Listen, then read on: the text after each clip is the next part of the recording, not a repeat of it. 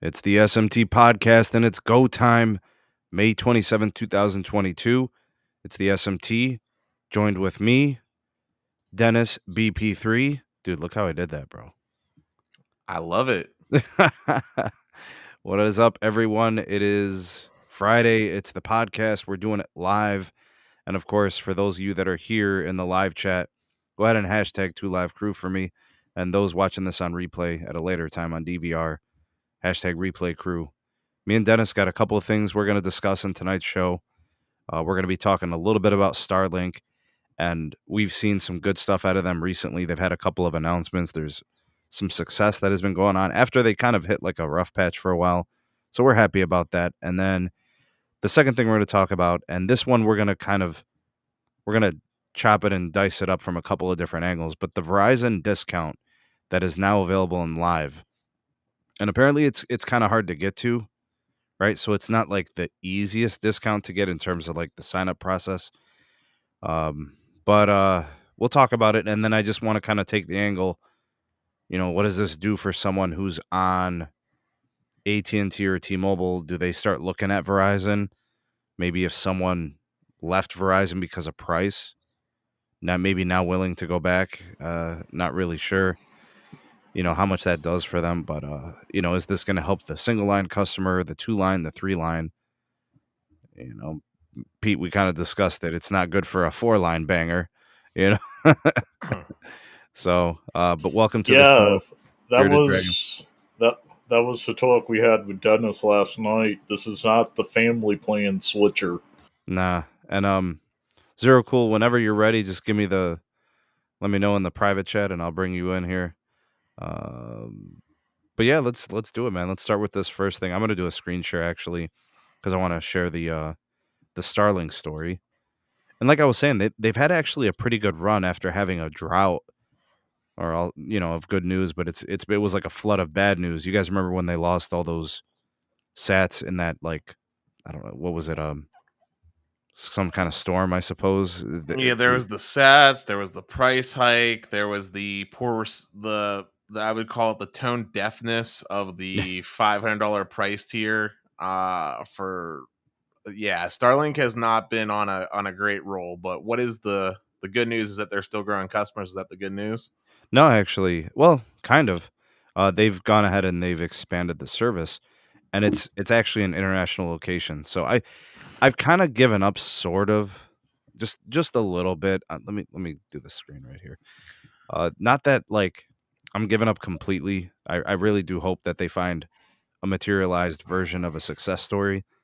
But like for a while there, it was like nothing good was coming out, and they weren't getting to customers, and it was hard to fulfill orders. And then the sats went down. It was like 44 of the 48 that were launched, or something outrageous. But this is like good news here, so this is why I wanted to share it with you guys. All right, the story is actually from Light Reading, and what I'll do for you guys, I'll go ahead and link it. You guys can check it out later or now if you want, whatever. So there it is in the live chat. You guys can check this out.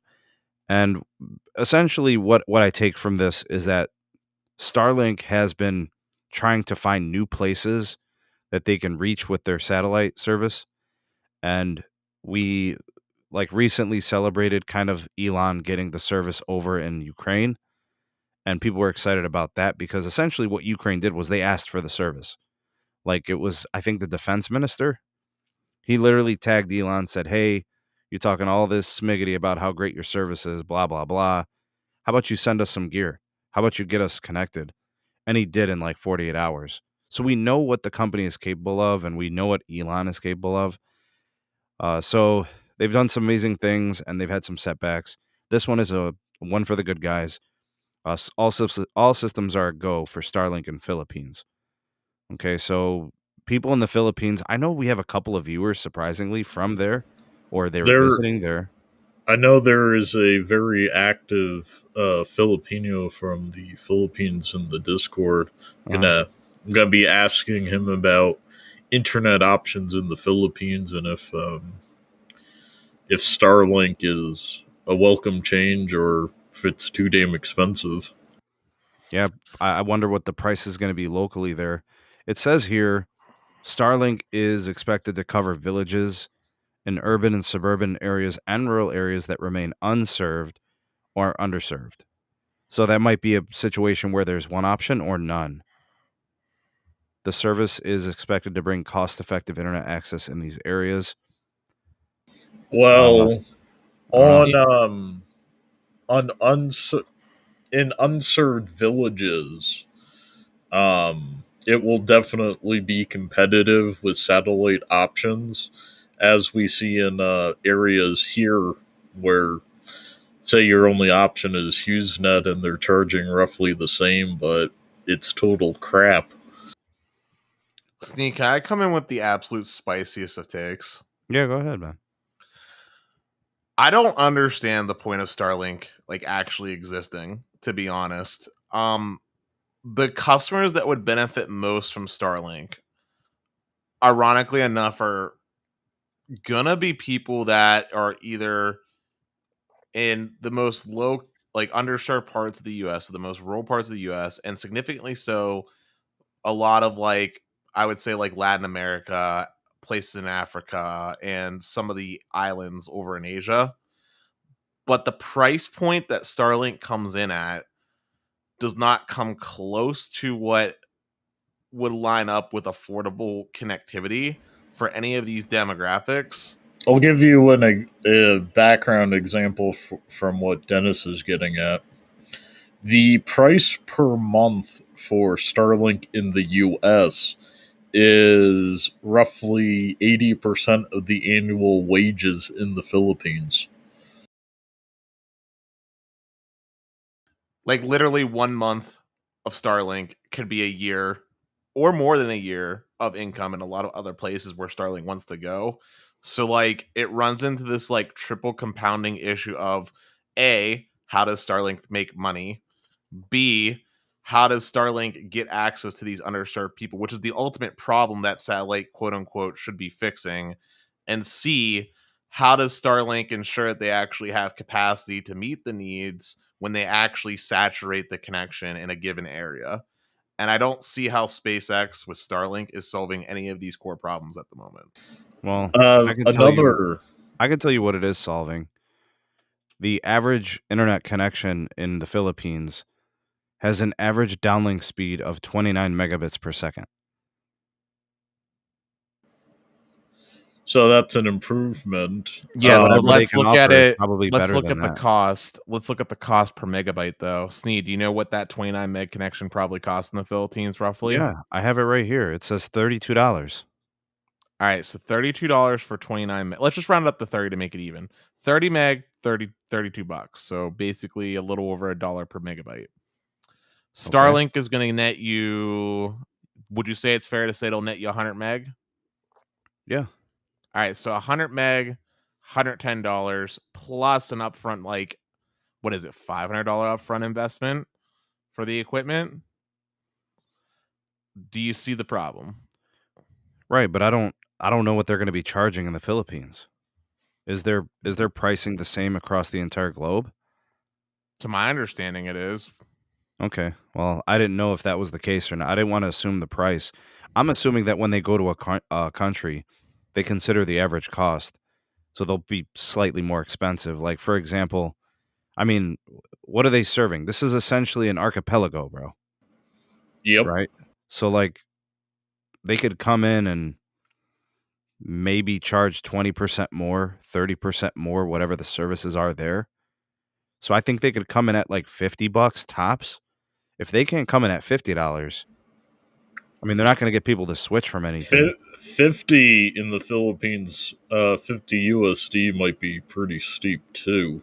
That's a premium that is like 10 gig fiber pricing in Filipino dollars. Like, Right, but what I'm thinking is there may be people that don't have another option. It sounds like, I mean, the infrastructure just isn't there, bro. When you look at those speeds, they don't But even want to build Sneed, cell towers. if it's 50 USD for the vast majority of the people in the Philippines, that will not be an option. Because of right. pricing, they'll price them out. You're literally pricing them out of the market completely. As John Doe kind of phrased it in a somewhat funny way, he said the cost of Starlink is like selling Bentleys in the trailer park. Like, it's so out of touch and tone depth with the targeted audience. Like my hot take, and I think this would be the best thing for Starlink. I'm not saying Starlink is useless, but I think Starlink's real purpose is B2B. B2B and government organizations. I feel like those are the two targeted demographics for Nobody's Starlink. mentioned that. Like, it has not come up in any grand scale.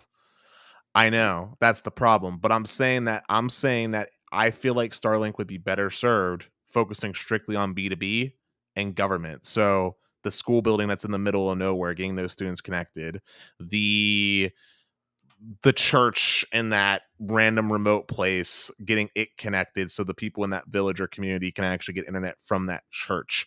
Yeah, And doing like a WIS setup from there. Like that is how I see Starlink being helpful, or in the commercial sense, giving better internet to airplanes, like, or giving affordable internet connectivity to cruise liners. Like these are situations where I see Starlink actually being practical and useful.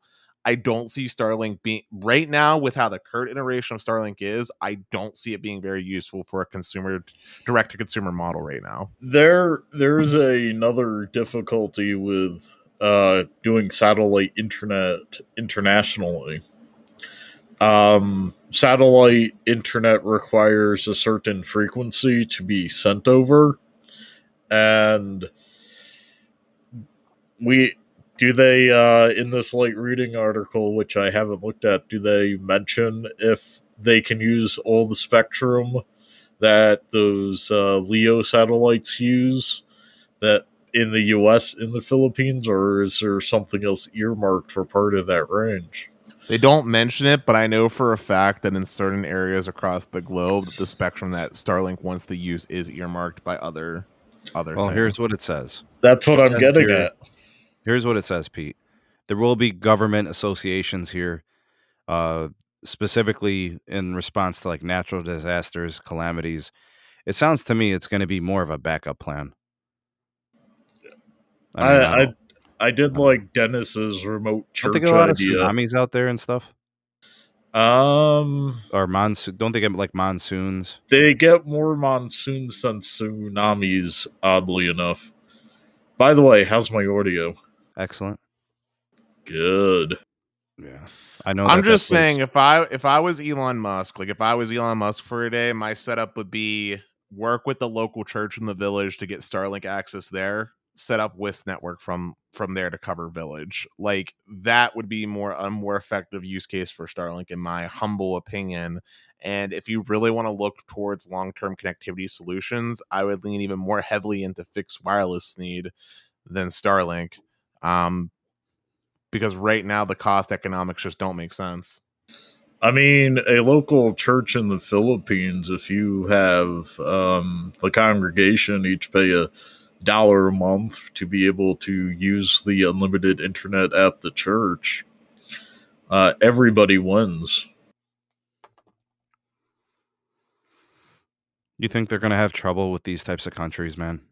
Dude, there's no way in hell. I mean that seriously. Unless hell freezes over, there's no way Starlink succeeds in these other countries. MS points out that there are a lot of U.S. nationals retiring to the Philippines due to the lower cost of living there, well, in USD. So those expats may be the target audience if it comes in at $50 USD. Just put a poll in the live chat so you guys can vote if you want. I think the question here, it's not necessarily specific to the Philippines. I think the question has kind of become, based on the sentiments I'm getting from the panel here and from you guys in the live chat, does Starlink find traction in the near term? What I'm saying is like within the next 2 to 3 years. You know, like if the conversation's 5 to 10 years, I think it's a foregone conclusion. They're more of a legitimate player. More gear goes up. More technological advances improve. We're going to have spectrum that's going to hit the satellite industry. So like long term, I think it'll be a good setup for Starlink. But in the near term, like, are the conversations different about Starlink? Sneed, At the 2025. satellite industry is losing spectrum. Also, Sneed, I just want to say something. The positioning and rationale behind Starlink existing gets worse and worse as time goes on, because in theory, as time goes on, terrestrial coverage, so whether that be in the form of macros from cell sites or other forms of internet connectivity, should be expanding and increasing access, reducing the need and reliance on Starlink for consumers. Yeah, but that's not what they're serving. Like, there are places where there will never be a cell tower. There are many places there will never be cell towers, and you can't That put a cell tower on an airplane. That is, well, airplane, well, it goes back to the business to business and commercial to commercial. I'm talking about consumers. And in consumers, and it's specifically in most of developed countries, mobile phones and cellular networks are the primary form of internet connectivity. Look at India as a prime example of how their relationship is with internet connectivity. Every Indian owns a phone, but only like I think like 30% of the population actually has like home internet. I think India is a prime example of what the rest of the developing world looks like in the sense of how internet connectivity plays out. Well, I'm not saying that this would only be, like, to premise. I mean, this could go to, like, you were talking about schools, I saw that. Point to point makes sense.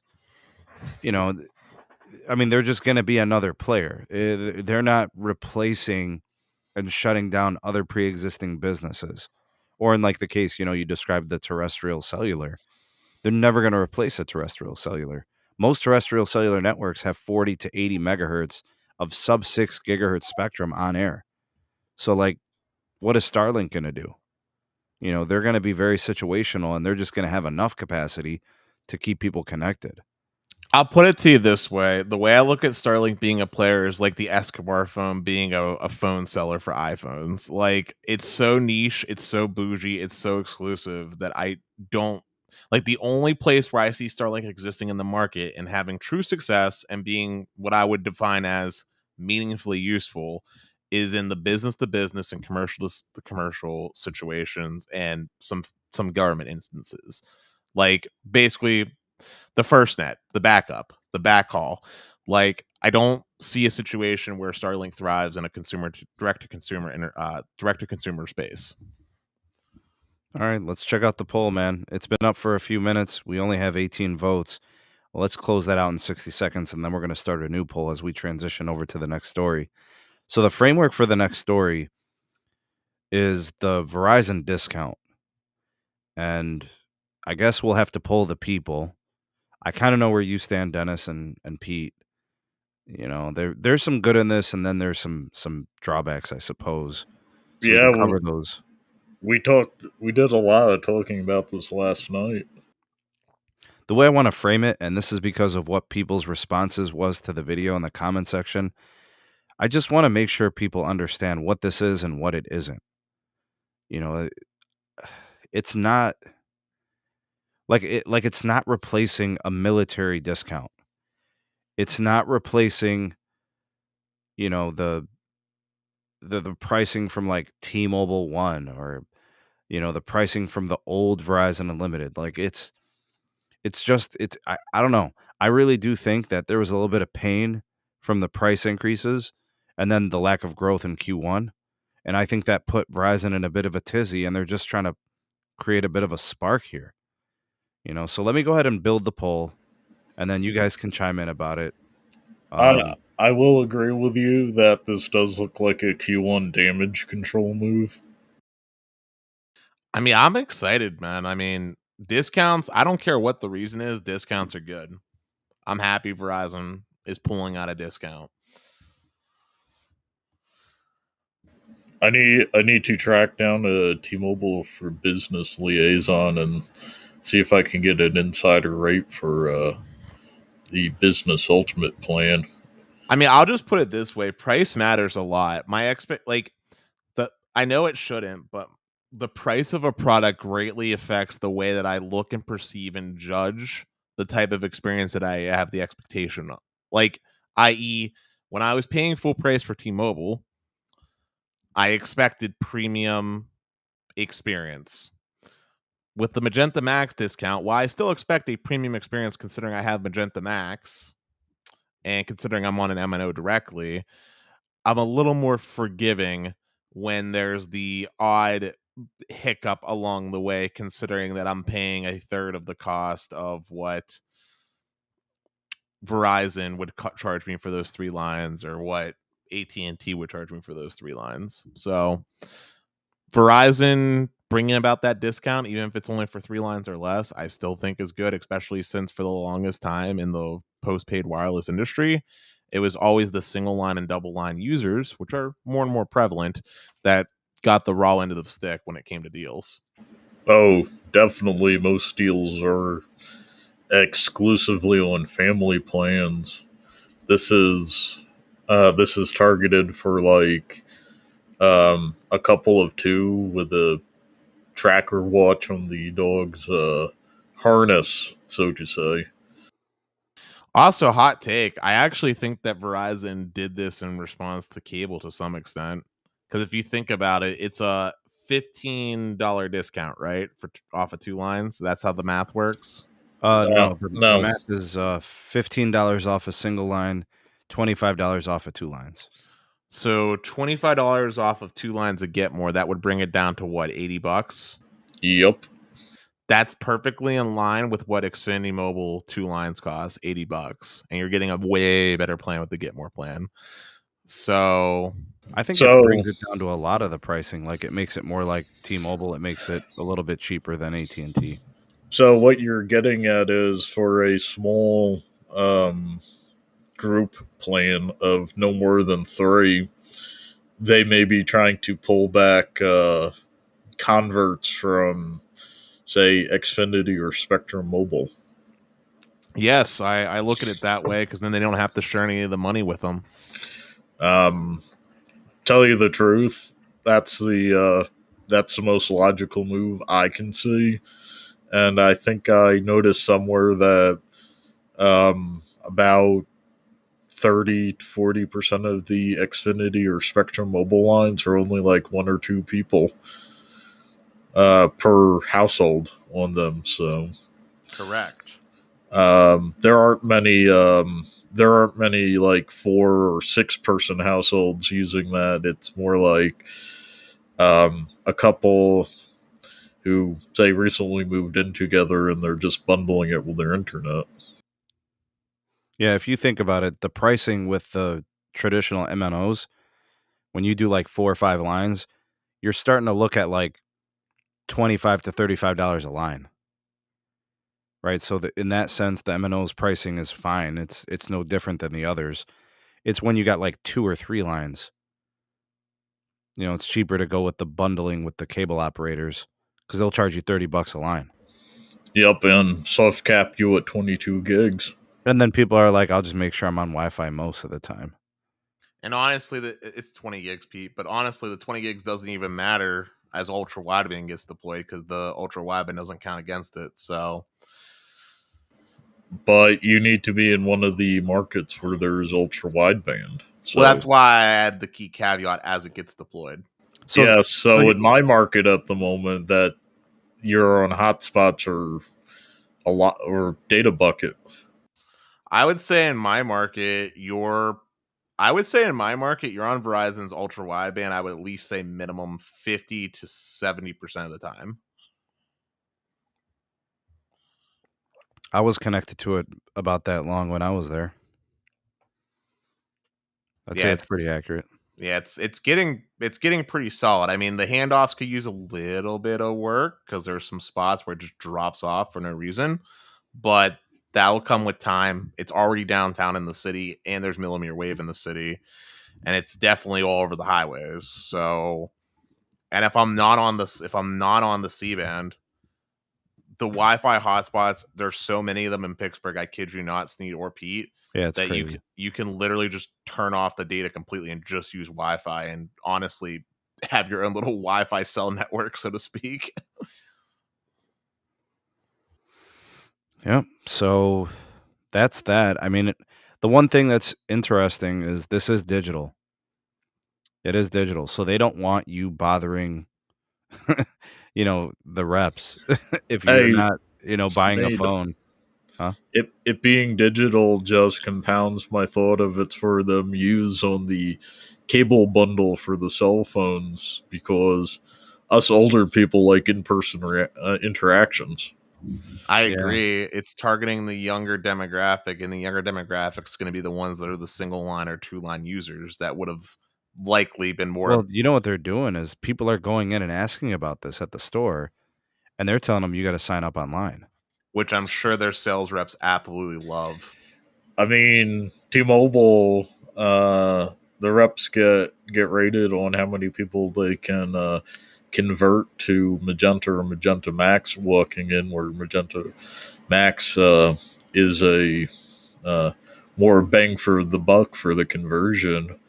This might just be tanking sales reps' numbers since they can only get it online, and if you get so many people not just going online and not going to store, you're going to get people terminated.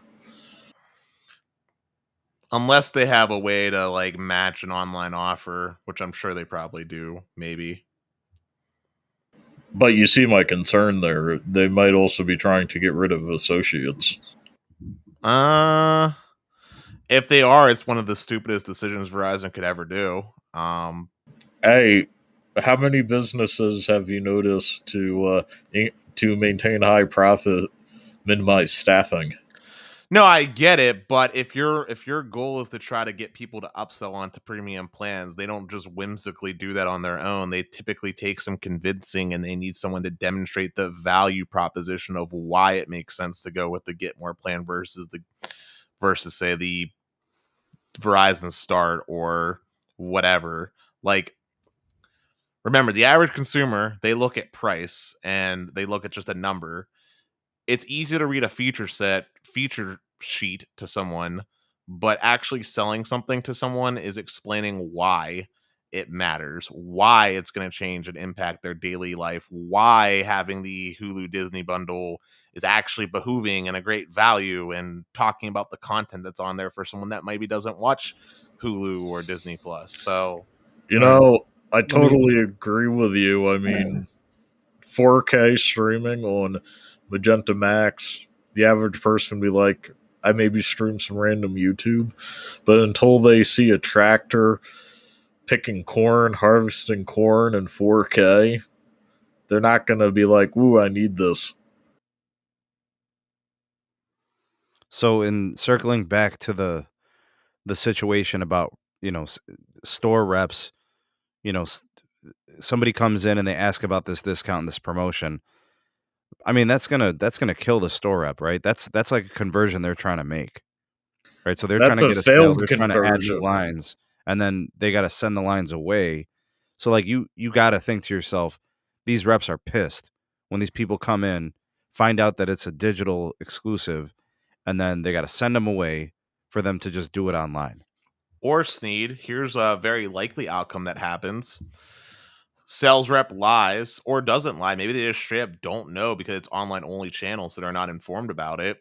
Customer comes in asking about it. Dude just looks at them like he has no clue what they're talking about, convinces person to buy in store, and then they go online and see it anyway. And now you're having wasted time on your call center employees with angry customers talking about why they didn't get their discount.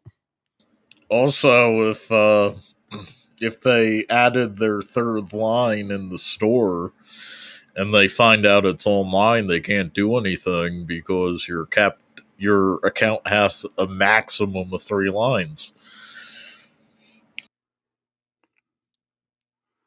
Yeah, so don't go into the Verizon store trying to get this discount. That's all I'll Also, say. if anybody at Verizon is listening to this, if you can escalate this up to your leadership, I would honestly have them rethink their strategy, because this seems like it has more potential to do more harm than good all around. Uh and I think that's just something worth considering. Like, I get the want to drive online sales because then you don't have to pay commission to a sales rep, but pissing off your employees and losing quality talent that's been there for with you for a long time is an expensive endeavor because it takes time to train new people. And also, you got to think about the customer experience standpoint. I mean, people don't think about switching until something bad happens. If they get screwed over on a deal, that might actually end up making them switch. So you went from adding a line to losing three. So, Or more. or more. Yep. You could be sacrificing $300 or more monthly, like in the case of my account. Well, good stuff. You guys ready for this next piece? Absolutely. This one's kind of wacky. Pete, you're going to get a kick out of this. I don't know. Sneed, Do I even hold need to up. do a screen share? But let me go ahead and Hold do up, that. Sneed. Let's Yeah. go over that poll before we continue. Oh, sure. Yeah, definitely. Let me go ahead and close out the poll. If you want to vote in that poll, please do it now before I close it out and I transition over to the next story. We got 45 votes now. Let's see if we can get that to at least 50. And then we'll see like what that composition is. All right, so are Verizon's new promotional efforts a good sign or an indication that they are in trouble? And kind of like the idea behind my thought process of why someone might view it as them being in trouble is the time in which we're at in the quarter, right? Q2, we're like towards the tail end. And then, well, kind of in the middle, I suppose, middle end. And then the other angle to this is they typically don't do this sort of thing. So it's like unusual. You know what I mean? Yeah, and I said it's weird because to me it would only be a competitive move if they capped it at 4 lines. I think it just needs to be more inclusive, Pete, like in a couple of ways. It should be more inclusive in the sense that you could get it wherever you go, no channel restriction. So not digital only, not it Oh, calling only, not store only. Like any way you want to get it, you can. absolutely. If you can get it in person, online, or over the phone, If you're that will serious be about competitive. growing, right? Yeah. Uh, I mean, you got somebody in their 40s walking in the store talking about adding a line. They have, 2 lines on their account for some reason. This thing. Give them the opportunity to get the 25 off when they add that third line. yeah, they should for the rest of this year focus on growing accounts and adding customers and just see what happens to your company. You know, I get they want to be premium and they want to make a lot of money on every freaking transaction, but I don't see how they're losing by just giving up a small promotional $25. You know, I mean, you're going to grow. I mean, AT&T has literally seen its stock improve. They've seen their business become more streamlined and efficient, and that was just by getting lean and streamlining offers and plans and pricing and the new and existing customer upgrades and free phones and all. Like AT&T did it all and they've prospered. T-Mobile continues to grow and the shareholders reward them. Wall Street loves T-Mobile. I feel like Verizon's out of touch in that respect. Heck, if I could find an insider discount and upgrade to Business Ultimate, I'd only be looking at additional $27 in taxes and fees compared to what I'm paying now, which is a nice offer in my opinion. Are Verizon's new promotional efforts a good sign or indication that they're in trouble? 50% said good sign. 49% said they must be in trouble. Where is the 1% we need to finish this? I don't know, but this is the closest poll I've ever seen in the entirety of your YouTube channel. Well, Facts. Sneed, Yeah. 661 is an odd percentage, so chances are we have 2 more people on it's competitive than it being weird, so it does rounding down. Oh, snap. Breaking news. Are you guys ready for this? Yes. I'm sitting down. Okay. You can now stream Obi-Wan Kenobi on Disney Plus. Yeah! What is Obi-Wan Kenobi? It's the You new know, Star Wars Are movie you that came serious? out. They talked about it during May 4th, and it's been like hyped up ever since. Bro, are you serious, Pete? Dude, I gave up on Star Wars after episode 7. Whatever. Dude, Star Wars is like one of the only things Disney Plus has going for them at the moment. Hey, Boba Fett was good. It was good. Mandalorian was good. Yeah, But Mando was awesome, dude. I saw episode 7, what was it, Force Awakens and Rogue One, and I'm like, what the hell am I watching? Well, we're going to have to shut down the live stream at 1 hour because I'm gonna have to watch that first episode, man. Oh, it's Yeah, a series. Is it done by John Favreau? I'm not sure. Yeah, so real quick, If it I is, just I'm gonna watch it because J.J. Abrams sucks. I got a hot take. Get spicy, Dennis. I kind of want to see Verizon fail for 2 years. I want them to be really put behind an 8 ball, really feel like their backs up against the wall, because out of all the carriers in the industry, they have been the least receptive to adopting meaningful change to actually keep their customers like loyal. I'll actually agree with you there, Dennis. They're the most unyielding carrier. AT&T kind of pivoted and fixed a couple of things. T-Mobile's always been the growth company, the scrappy carrier. So, the only thing we've asked T-Mobile, the only thing we've asked from T-Mobile is address their data breach frequency. It seems too easy. So, and that's relatively new. Like, Hey, we've been focused on Sneed. it for a couple years. Yesterday GitHub was breached, releasing over 1 million user informations Oh using my god, man. NPM, and that's a Microsoft property. Oh, Fantastic, Pete. Thank you for the great news.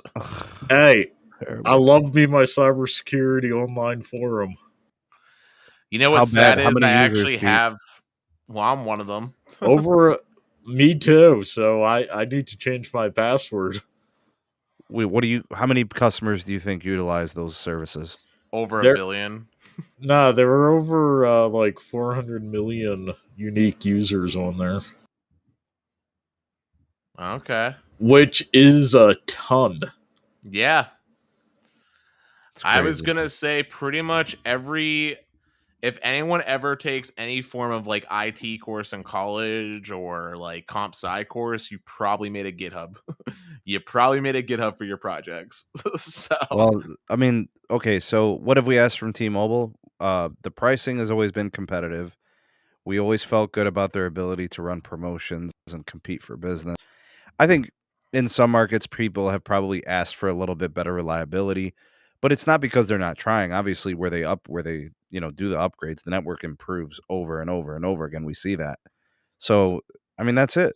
Everything else they do pretty well.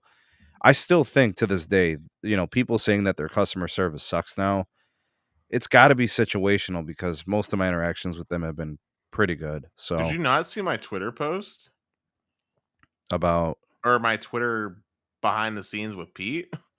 about About the phone deal that I took advantage of and how the credit was misapplied and how it was a torturous thing to try to actually get credit for something that I was misinformed by based off the marketing on their website that I took screenshots on and how they priced it out, as well as by 3 different rep conversations and an in-store employee when I did my trade-in. John Doe. I'll speak to your comment. T-Mobile is now kicking BYOD customers that don't have band 66. Good. Bro, I'm sorry, man, but I don't feel bad for people that don't have a band 66 device that's VoLTE. There's still Wait, people that generally I'll just say this, Sneed. I literally know people that refuse to get 5G phones, and I don't understand their logic. They literally say, "I don't want to be around," and I try to explain to them, like, you do realize whether you adopt it or not, radio waves you're going to be exposed to, so you might as well take advantage of the tech. hey Dennis, you should show them me on your on one of these podcasts. Point out that after sitting in a 5G lab for 2 years, I'm healthier than I've ever been. The problem is they don't mandate physics for graduation in high school. And then the teachers that do teach physics should literally do a unit on cellular technologies. I had to pass AP Physics to graduate. That must have been school specific because in Yeah, my state, you don't have to take physics to graduate high school. You need 3 science courses in your 4 years of high school, and you need one of them to be a life science and the other has to be a physical science. And third one I can be whatever. I did natural sciences, physics, and biology. Hey, so Most John Doe had a follow up comment. He said, but voice over LTE was the requirements. I mean, Hey, shout outs to Lucky for the game over sticker and the $2 super chat. Thanks, Thank you Luck. so much. Thanks, Lucky. But yeah, Appreciate so it. John Doe said, but voice over LTE was the requirements. I mean, yes, but That's when also, Band 66 became a thing, was like the VoLTE era. yeah, I mean that was predate Band 66 predated VoLTE, I think, actually, even for Yep. for T-Mobile. So like, first off, if you don't have a Band 66 phone, then that phone's most likely not VoLTE supporting. And secondarily, Why are you uh, walking around with a 10-year-old phone, bro? and then second, but more importantly and secondarily, there's something that needs to be brought up here and mentioned. Wireless networks are a shared resource. People that actually use older phones are detrimentally impacting the network because they are being forced to connect to and saturate these other bands when in an efficient world you would have a phone that is using all bands available to try to alleviate and optimize traffic. The Hey, only Sneed, you Yeah, remember the Note 4? I do. That had Band 66 on it. Sure did, but it was also a VoLTE phone. Yeah, so going back that far, Band 66, if you don't have Band 66, you must be babying a phone. And hey, I should be able to point their fingers at them for making Band 12 useless. Hey, man. Snipes Entertainment said he has a BlackBerry Classic as a second line. Love the Blackberries, man. I'd have another one if I could. All right, y'all. Let's Ooh. transition over into this next story. It's so random. I literally kind of chuckled. All right, this one is from the telecompetitor. Who goes there? Verizon offering Simply Safe home security. You guys ready for this? So actually, Sneed, this does roll back to Dennis's thought about the discount going against Comcast because this is a Comcast move. Yes. The home security. Yes, because Xfinity has their Xfinity Home Security product. All right, let's check this out here. It says this home security system is now available, no extra charge, to new Verizon 5G home internet and Fios customers. So I can't get this, and Dennis can't get Dennis can't. Nor would I want it, but this. continue. It's a 5-piece home security system, including HD indoor home cameras, 2 entry sensors, a keypad, a base station, and a month of free professional monitoring is available to new subscribers to the Fios gigabit service. Hold The up, company hold up. says that the value of the package is more than $400. How much is it a month after the promo? You think it's what, That's a where year they or get something? you. Yeah. I'm going to guess, this is my guess. If you want the actual video recording and all the stuff to actually work with the service, with the monitoring, I'm going to guess Simply Safe charges $60. Alternate Reality says he's paying 15 a month. Uh, okay. Well, I wonder if that includes the actual monitoring where if like an alarm gets tripped it calls the police and everything. I know that Simply Safe tends to be as expensive as your Guardians and your ADPs of the no ADTs of the world. But I could be mistaken. They could be more in line with like who is it? Nest? No. What's Amazon's product? Help. What are Echo? they? Ring. That's what I want. Oh, Ring. I right. thought it was hacking. Listen, I use Vivint, all right, and They tried to sell to me, and I'm like looking at what they're offering, and I'm like, listen, I no. use Vivint. It's proprietary. I know it has some issues, but because it's proprietary, everything works nicely together, which is what I wanted. Honestly, if Xfinity would have had a video doorbell at the time, I would have honestly considered them, considering how cheap it was. But I'm happy to have Vivint and not be bundled in with anyone, and I'm not switching anytime soon. Says here those signing up for Verizon's 500 or 400 meg symmetrical service will get the 4-piece bundle, which is valued at $300. Those opting for the 300 or 200 symmetrical will be eligible for the HD indoor security camera, which Verizon says is valued at $99. The 5G home customers, so that's the fixed wireless, you're coming in at $25 a month if you have their wireless plans. They didn't actually give the details on what you'd be getting. I'm assuming it's going to be like The probably 200 the meg theater indoor one. camera, yeah, indoor camera, the the keypad, the base station, but you probably won't get the free month of professional monitoring or something. Or like they'll cut it short just slightly. Also, quick side thing, Pete, do you want to know one of the big reasons why I also picked Vivint? Verizon AT&T LTE connection for security stuff. So it's the 4K security cameras with actual night vision. That was one of the big reasons for me. But also, yes, they use AT&T for their backup cellular, which, as you know, AT&T is the strongest in my market. Some of the other companies that exist on the market don't use AT&T. I think they use T-Mobile or Well, I Verizon. this is interesting. So check this out, Dennis. Charter in 2020 moved away from selling their own proprietary home security solution, and they started rolling with the Amazon product with Ring. And then Comcast in November of 2020, they have that self-protection home security. Their service is priced at $10. So this is priced at what after the promotional period, It probably looks like 11, 25. 25. Yeah, so they're way overpriced. I think Verizon's tripled though. And that's $10 over what Alternative Reality was quoting, and I don't know why he was timed out for saying that. So I want to go back to what I said, though, and this is what I mean. That self-protect thing that you're talking about from Xfinity does not include professional monitoring. That's just for the 24/7 video recording for the cameras. When you talk about a professionally monitored system, that's where, like, if the alarm goes off, there's an actual person calling the police for you. Those tend to be, because I've researched this quite thoroughly, those tend to be $30 and above, with Xfinity coming in at the cheapest because of their bundling discounts. And typically speaking, your Simply Safes, your ADTs, your Guardians are coming closer in at that $50 price point or more. And usually with ADT and Guardian, you're locked into like 3-5 year contracts, which are very nasty and gross, and it gets more expensive even afterwards. You want to talk about balloon pricing that's sickening? Look at the home security industry. It's terrible. Hence the reason why I went with Vivint and not something like Simply Safe. I was approached by a direct sales guy for Vivint, and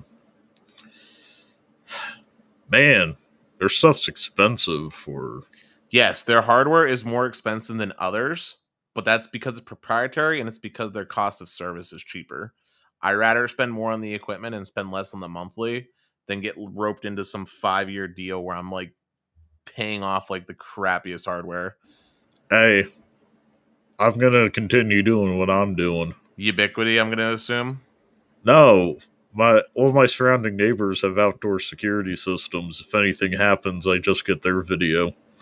Hey, fair enough, but honestly, the doorbell is really useful for me because I'm upstairs, so it's hard for me to answer stuff when there's packages arriving. So it's nice, and Dude, also, I spent $15 on a wireless doorbell, and it rings in my basement with Ode to Joy. I was gonna say too, Pete. I actually get a discount off my homeowner's insurance because of the security system, so it's a win-win for my needs. Hey, if I got a discount off my renter's insurance for what they were offering, I would have taken it. So Yeah, it's like a 10% discount, I think. So it Yo, helps. Los, let me know that you're ready. Hand up if you are. Los, you ready? All right. Los. On. You're in the studio, home skillet. That's good to see. What up? If you're in the studio, that's good to see. It's been a minute. I know. You guys going to get a kick out of this story. Carlos will too, especially. Charter CEO says the idea that fiber is superior is just dead wrong.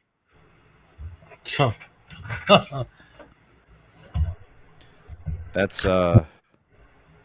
yeah right there. Is he trying to upsell his product? What do you Probably. think? Yeah. All right. This was at the Moffett-Nathanson Media and Communications Summit in New York. Moffett asked Charter CEO Tom Rutledge a question that's been on a lot of people's minds. Cable operators will inevitably have to spend big bucks on fiber in order to be competitive in the broadband business. So Moffett asked, how confident are you that the HFC plant really can stay competitive with fiber?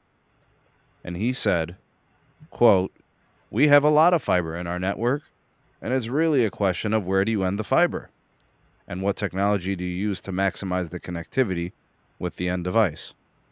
So, a long way of saying we do have fiber, but, we don't need so much. He said here that Charter has built an advanced Wi Fi capacity backed by a fiber backbone, uses hybrid fiber coaxial cable in the local neighborhood at short distances. A fiber optic So, cable doesn't connect directly to a device in the home. so you skipped over one little quote that I find more meaningful, which is one of those technically the true statements. He said he noted that even fiber feed directly to a house doesn't deliver fiber to a device. What delivers connectivity to a device is actually Wi-Fi in most cases. That statement is technically true. What it fails to ignore, though, is that the closer you bring fiber to someone's home, the less Problematic. I was going to say the less issues that you will generally find from a maintenance standpoint, and the more likely you will be able to be offering Here's what they're basically saying. infinite quantities of bandwidth. Here's what they're saying, Dennis, and this is exactly what the fiber industry is banking on. They will tell you, we're going to give you 98% of what fiber can do. And we're going to do it for cheaper so you don't need fiber. But really what they're saying is we're cheap and we need to maximize as much of this coaxial as we can. So we'll just kind of sort of upgrade to a different technology that could make it a little bit better. And then you guys won't feel so bad about not having fiber. I mean, Sneed, from a business standpoint, forget cheapness, because in all sincerity, from a cost standpoint, the amount of money that's going to be spent per house passing for a DOCSIS 4.0 upgrade proper with full duplex is actually pretty comparable, within a couple $100 of just going straight fiber at that point.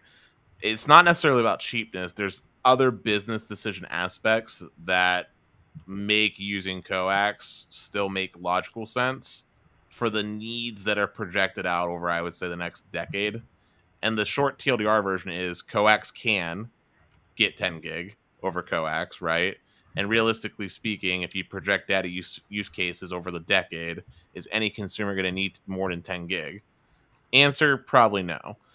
So if that's the case, then it makes more sense, considering the already existing infrastructure, to just go to a node plus zero model. And But then Dennis, this is the old guy in the Astro van who says, "Oh, this thing is great. This van will run forever." But they fail to mention that it's in the shop every 3 months for something failing. You know what I I'm guess saying? Like that's like the best analogy. It's like an old car that continues to run because it's continuously getting fixed. I mean, I don't know. I guess the statement is this: fiber is better, yes, but is DOCSIS not competitive? And I mean, is Yeah, DOCSIS not it's competitive? competitive, but I mean, you don't have to lie. Yeah. These guys lie, dude. Like this is 100% cap. This whole thing is cap. Oh, 100%. I mean, fiber is the gold standard. We agree on that. I'm just saying, like, He's just justifying the expenditure, kind of like what you're noting here.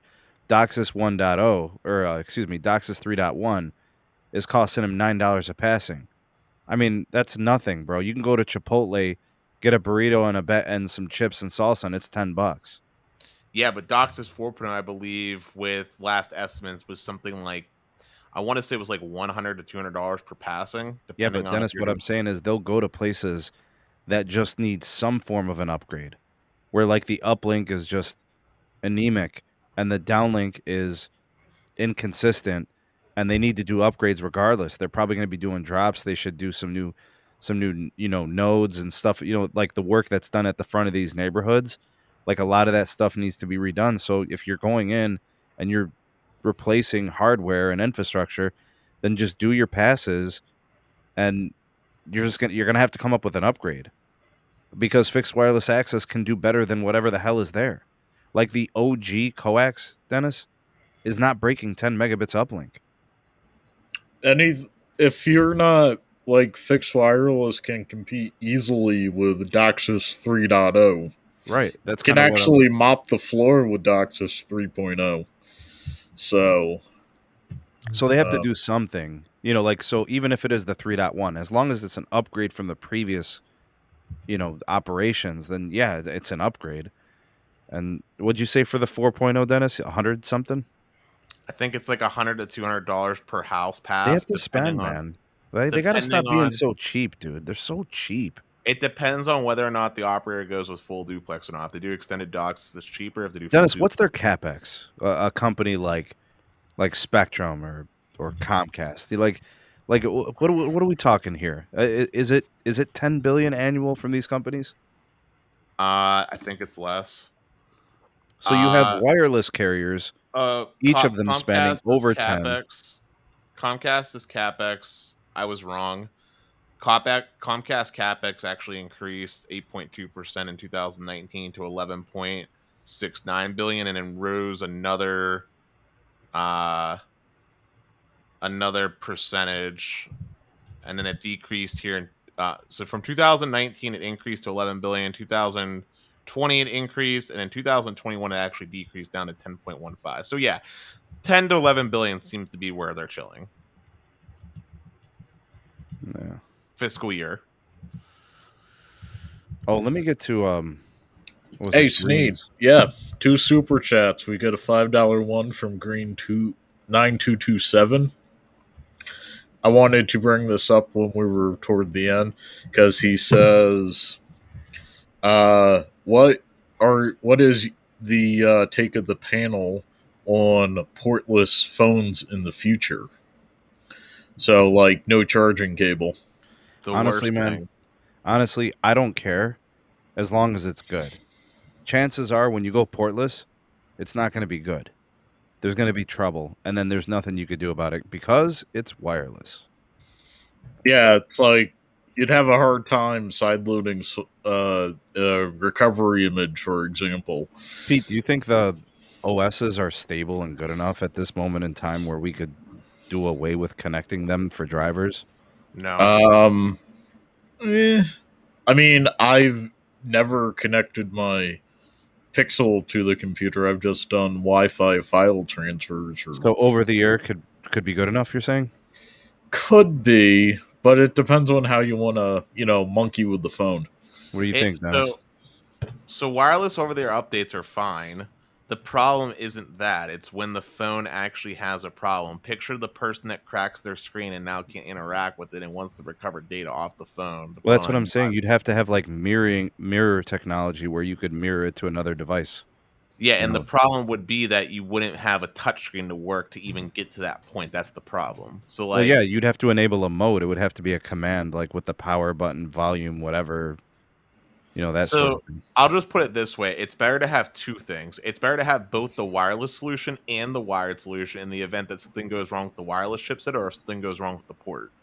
I Um, mean, on my Pixel, I can get a USB C to USB A adapter, plug in a keyboard if my digitizer broke, and I have one of those iPad things, so I can also plug in a USB C USB drive, copy anything I need off of it, no problem. I want to So, rewind though, real quick though, from this conversation, real fast. Going back to capex spending, Sneed, refresh my memory. How much does Verizon spend on a yearly basis for their network? Um, Normal capex is 18 billion. C band is 2 to 3 billion a year. So your last year, this year, next year, the capex is like 21 billion. So, since Verizon's national across 50 states versus Comcast, which is in what 39, but like if you actually look at it, it's not like they're covering the whole 39 states. Right. 10 billion is somewhat in line with what Verizon spends on a yearly basis. Yeah. So they're spending. It's yeah. just that we don't know exactly what all that specifically goes to, but they're spending. It's 10 to 11 billion per year, and I'm sure that we'll probably see some uptick potentially at some point. Actually, one thing that could be misconstruing those numbers, Government bucks. Government bucks don't go into the CapEx, I don't think. Do Yeah, they? they could be getting some kickbacks and breaks on some federal programs. Yeah. So Hey, this super chat from Santiago, friend of the show. We got the pear character flying in the air, and he's got a smile on his Big face. old with a red smile. cape on. Thanks, Santiago. We Welcome also- to the show, man. Appreciate the support. Hey, Sneed, we also got one from MS at his trademark snap. 271. Thank you so much for your generosity. He says, if cable goes away, where are the squirrels gonna run around? they'll chew through the fiber. They're on power lines anyway, and the power lines. Oh, dude, they're are on crazy the over poles. here, man. We got the black ones now. Have you guys seen those squirrels? Yeah, I've seen them. And they're- Well, I mean, of course I've seen them because I'm not like right next to you, but yeah, I've seen them. I appreciate the super chats, gents. Hey, you guys notice how long the show has been live? Yeah, 1 hour, 40 seconds. And what are we all about to collectively do? Well, you're going to go watch Disney Plus. I'm going to play Call of Duty Zombies. Dennis, you're going to go watch Obi-Wan. Come on, bro. Nah. Pete, you going to watch Obi-Wan? I think I'm gonna play with my dog. The pup needs some attention. Hey, Sneed, before you go watch Obi-Wan, I do have one quick question for you, Home Skillet. Mm-hmm. What comes after fiber? What's the next technological evolution past fiber? Hey, Dennis, let's ask Carlos so he's actually talking. Yeah, Carlos, you still busy? Are you still trying to figure out what's going on there? No, I'm good. Well, what's up? What Dennis was asking, what's after fiber, dude? I don't know, bro. Probably millimeter wave. I don't know. Quantum entanglement. What I mean is, guys, is what I'm going for here is fiber is the gold standard today, just like coax was like the next thing since sliced bread like 30 years ago. What do you guys think the next thing will be past fiber? Like, do you get what I'm going for here? I think we use vibranium, bro. Vibranium? Is that a real metal? Vibranium. No, but we're currently using herbium, so. Well, here's I my. don't even know. I mean, isn't there 100 gig fiber currently? Yeah. There's more than that. There's 400 gig, and there's terabit, and there's even like 270 terabit potentially. 374 but I'm talking about, like, tera. commercial. Is that all commercial? Some of it's lab Enterprise. testing only, but yes, most of it's enterprise. Okay, all right. So like a company could order this and have it installed if they're really rich, yeah. But no, I was gonna say I have a prediction personally. Mm-hmm. I think the next step is or the next target or goal should be creating a true vacuum. So that way the actual light can actually move at the actual speed of light. Because right now rather than 0.98 times the speed of light. But I think that's the next targeted goal is getting an end-to-end vacuum. Like a proper vacuum. You know what I wanted to ask Carlos? Because he's really the guy to ask, man. Carlos? What? I'm thinking about getting a new computer, man. What do you think I should get, dog? What's the move? Now's not the time, Sneed. We're going Linux life. Yeah, bro. What do you mean now's not the time? Then when is the time? Wait until the new AMD processors come out, man. There's massive improvements that came from the Honestly, 7000 series. Bro, AMD is trash. I want Intel. Are you kidding me? Hey, Sneed. Hold on. You're tripping. That's one. Two. Honestly, if you just want something smooth, bro, I'm gonna keep it real with you, bro. Screw this Windows crap, man. Either go Linux, bro, or just get a Mac, bro, because this is garbage. Carlos, you're smoking, go the bro. Linux life, you know. And you're both smoking. And you know, I've been running Linux no problem for 7-8 years now. You're gonna have to teach Sneed all the command lines. You're gonna have him. You might as well just put him on MS DOS. Hey, Dennis. We could do office hours videos teaching Sneed Linux. Bro. Sneed, do you feel like learning command lines, bro? All you got to do is put them on Red Hat. Red Hat is almost like Windows. That's all you got. Linux, man. It's stable. Would be the It's beginner closest. friendly. Mint would be the closest thing, but no, Sneed. Wait until fall, because that's when Nvidia is dropping new GPUs, and for the 4000 series, AMD is dropping their new platform, which is actually good. And this is coming from a person that has a 9900K Intel Sneed. The new AMD chips are looking delicious. I would wait just a little bit longer before you make a purchase, and if you do build a machine, you don't have to do Windows 11. You can do Windows 10, but honestly, Windows 11 is just a reskin of Windows 10. It's not actually that bad. If you say so, bro. Bro, I've been holding off on it, but I'll put it in my next build. So, yeah, MS is chiming in. AMD and Linux is go, and hey, there's for things you cannot get from Linux software, there are ways to get like 80% of Windows software to run natively in Linux if you have the horsepower. Sneed, do you use anything Microsoft related for your school? No, everything is Google. Okay, I was about to say. Well, oh shucks. I have full Microsoft Office integration in Linux. I natively have Word and Excel open in front of me. I need more power for the stuff that I do with my YouTube channel than I need for work. I promise you, Windows is going to be the move for that, Sneed. Are you sure? I'm positive because AMD has absolute trash support for NVIDIA GPUs, and NVIDIA GPUs do a significantly better job than AMD across the board in all metrics.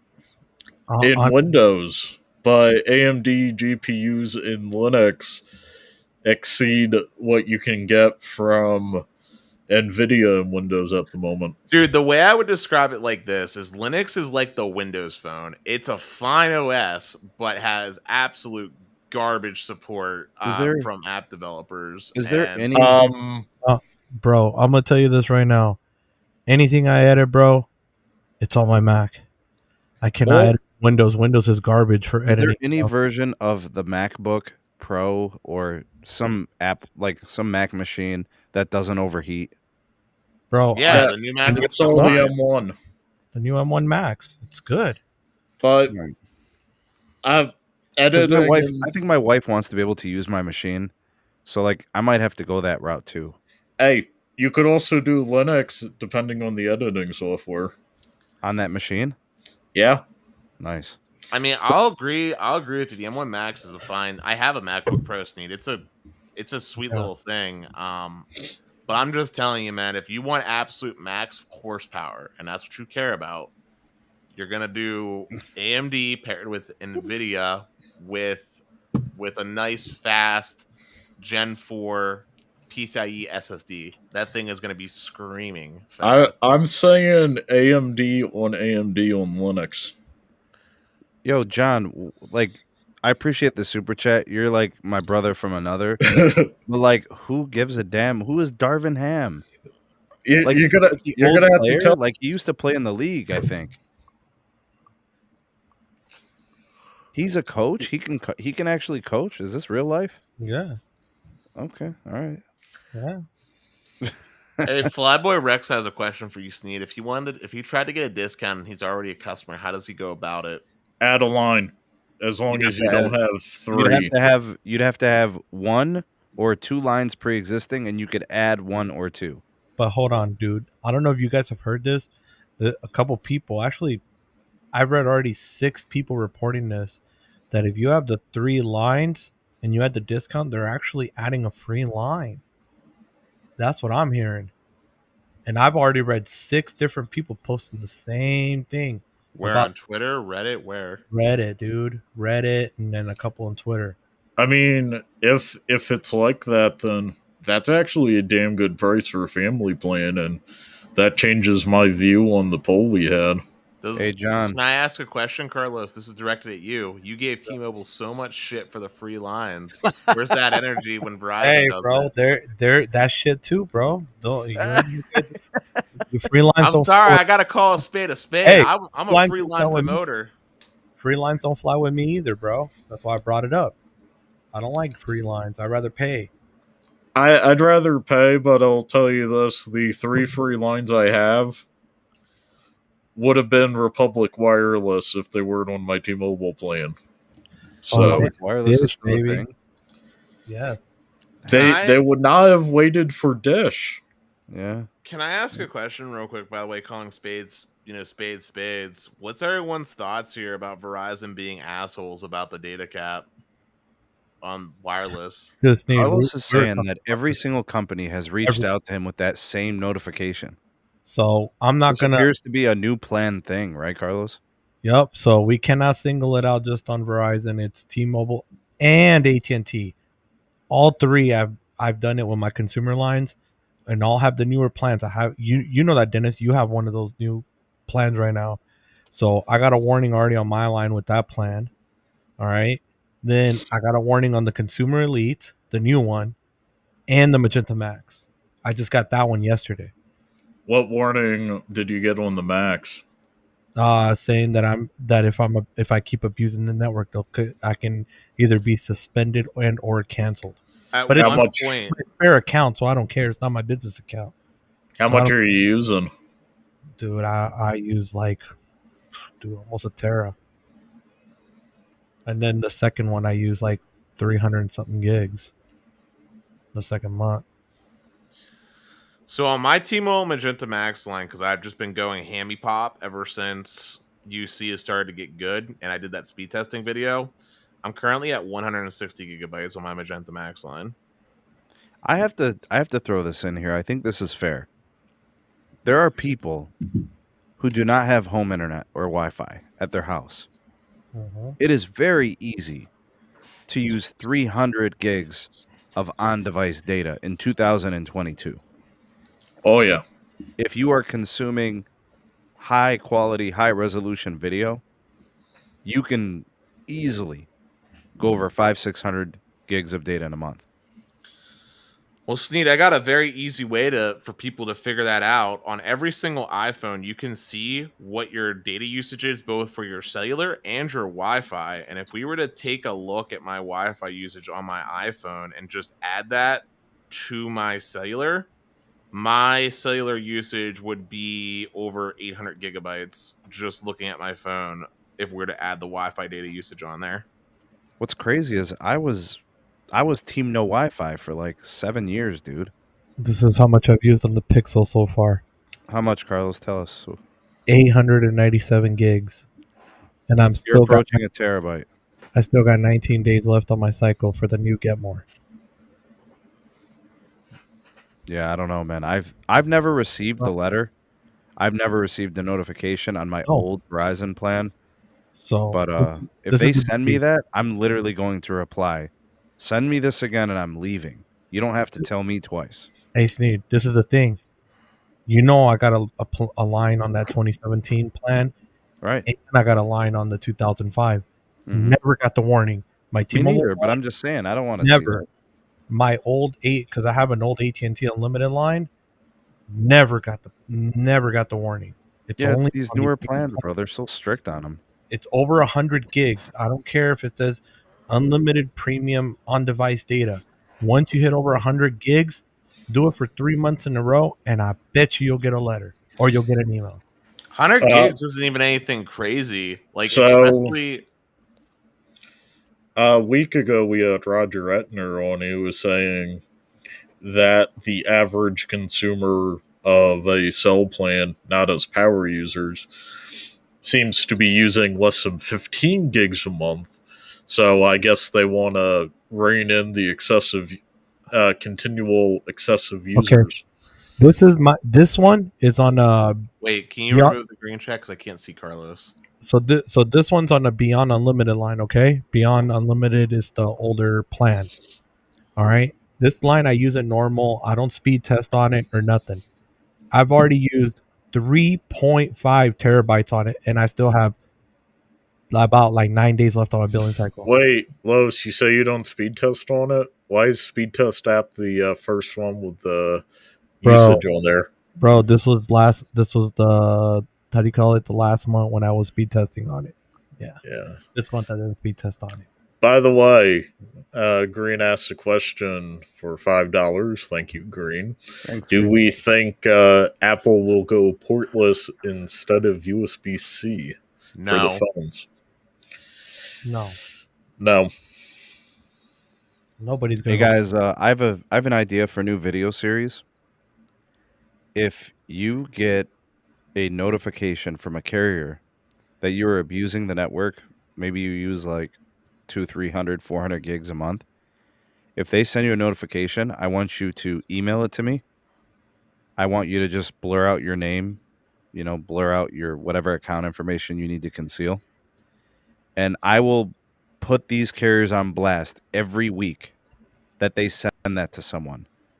I swear I will do it. I will do a weekly rant, a weekly dogging of each carrier that does this to you. There you So go. if Verizon does it, if T-Mobile does it, if AT&T does it, send it to me. Let me know. We'll run them. We'll rake them over the coals every week.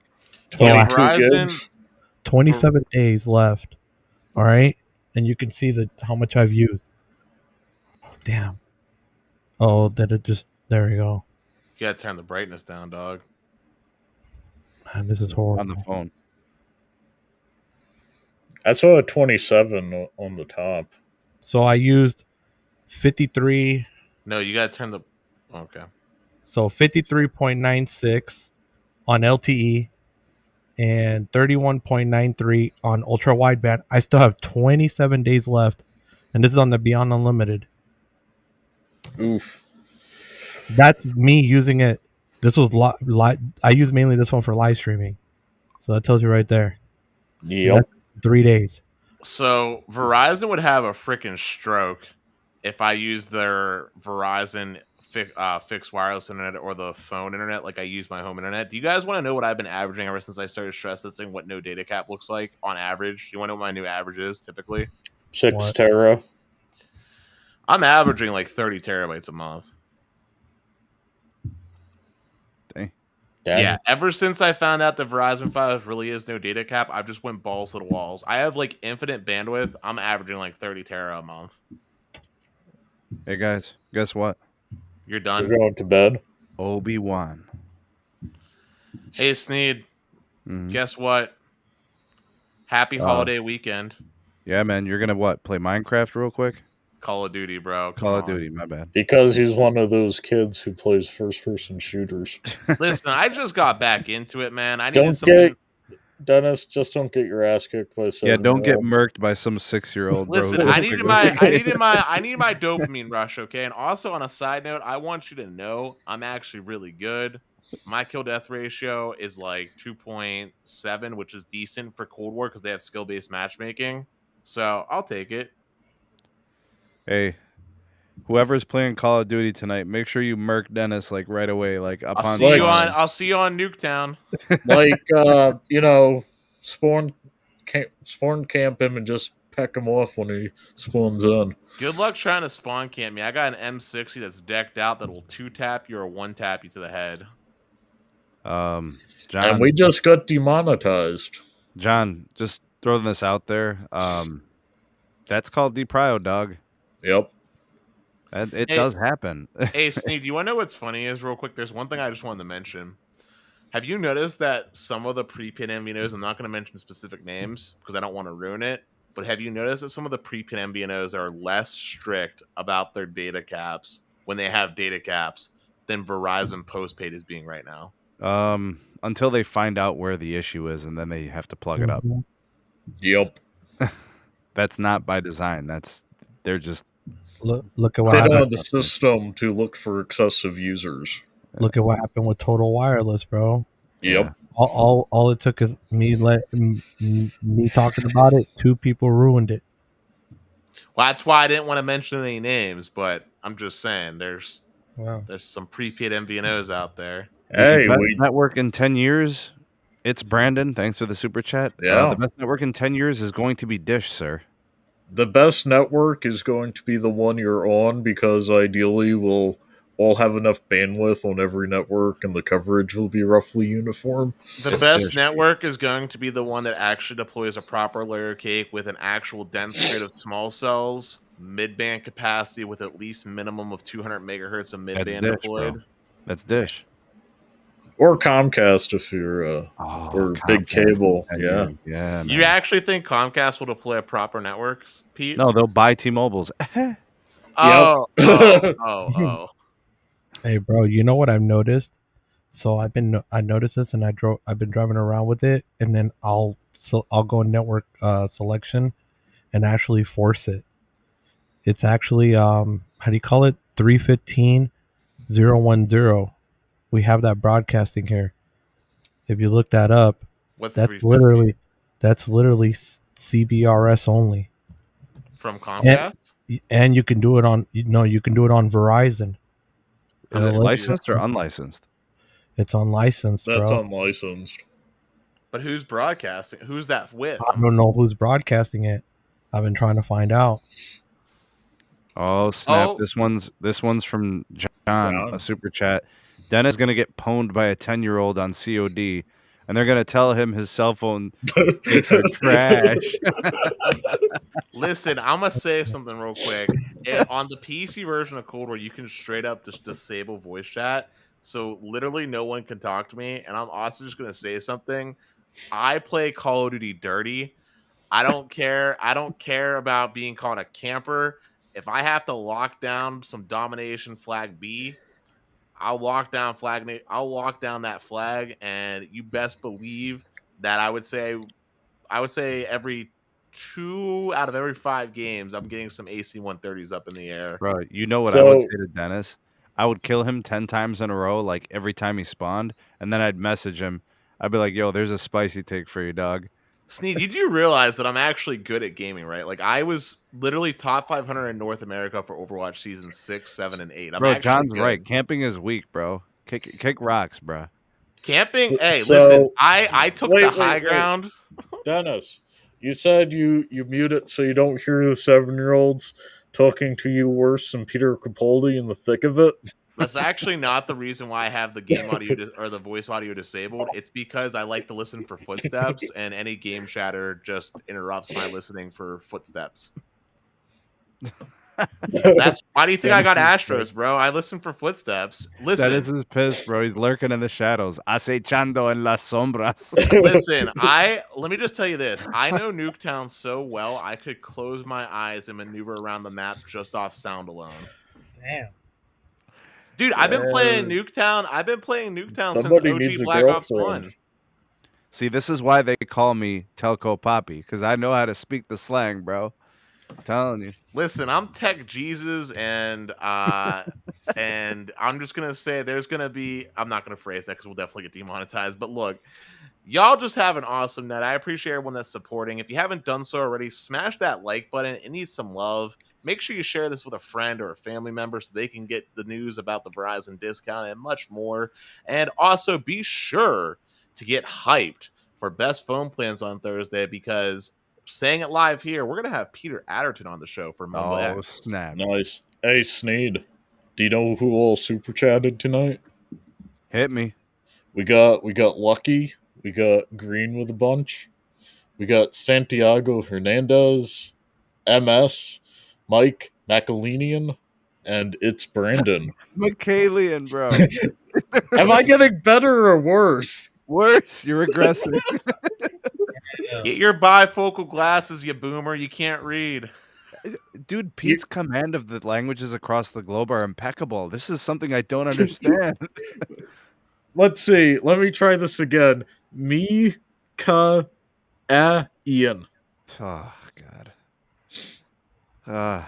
Continue, Pete. Are there any more super chats? Nope, but Mike, you're going to have to email me a voice memo with your pronunciation so I stop messing it up completely. Oh, my God. Thanks, Pete. Thanks, Dennis. Oh, thanks, Los. The email. You guys for coming through. Who the hell is Mike McAlenian? The email could just be the SMT Discord email in the description. I moderate that one. Oh, Pete, by my the way, fish. quick little side note. I'm going to downtown Pittsburgh to the park tomorrow, so I'll do some speed testing there. I think it'll be a good spot to test the North Lane Park. You know where that's at, Sneed? I do. Yep, I'm going down there, meeting up with a buddy. Show you right. And that's right. It is Michaelian, bro. I try, bro, Pete. Michaelian. There you go. Hey, listen. Let me write it out on my board the way I think that would be spelled. You know what it reminds me of? It's like Charles Barkley when he tries to say Jonas Valanciunas and he's like Valanchuing. Like he just slaughters the name. Yo, Sneed, you know who I don't see right now, but it's always my favorite is you know Debo Pop? Yeah, I see him once in a while. Bro, Stetson always butchers his name. Debo Pop Hyper Sane. I remember the first time he came in with the strong super chat and Stetson just butchered the name. We got one more, Pete. Hit him. So this is Alternative Reality. Nice guy from the Bay Area chimes in with a $2 super chat or a sticker with a pair just going, cool. That pair looks high. Give him his piss test. All right, guys, let's close out the show. We out this piece. Peace.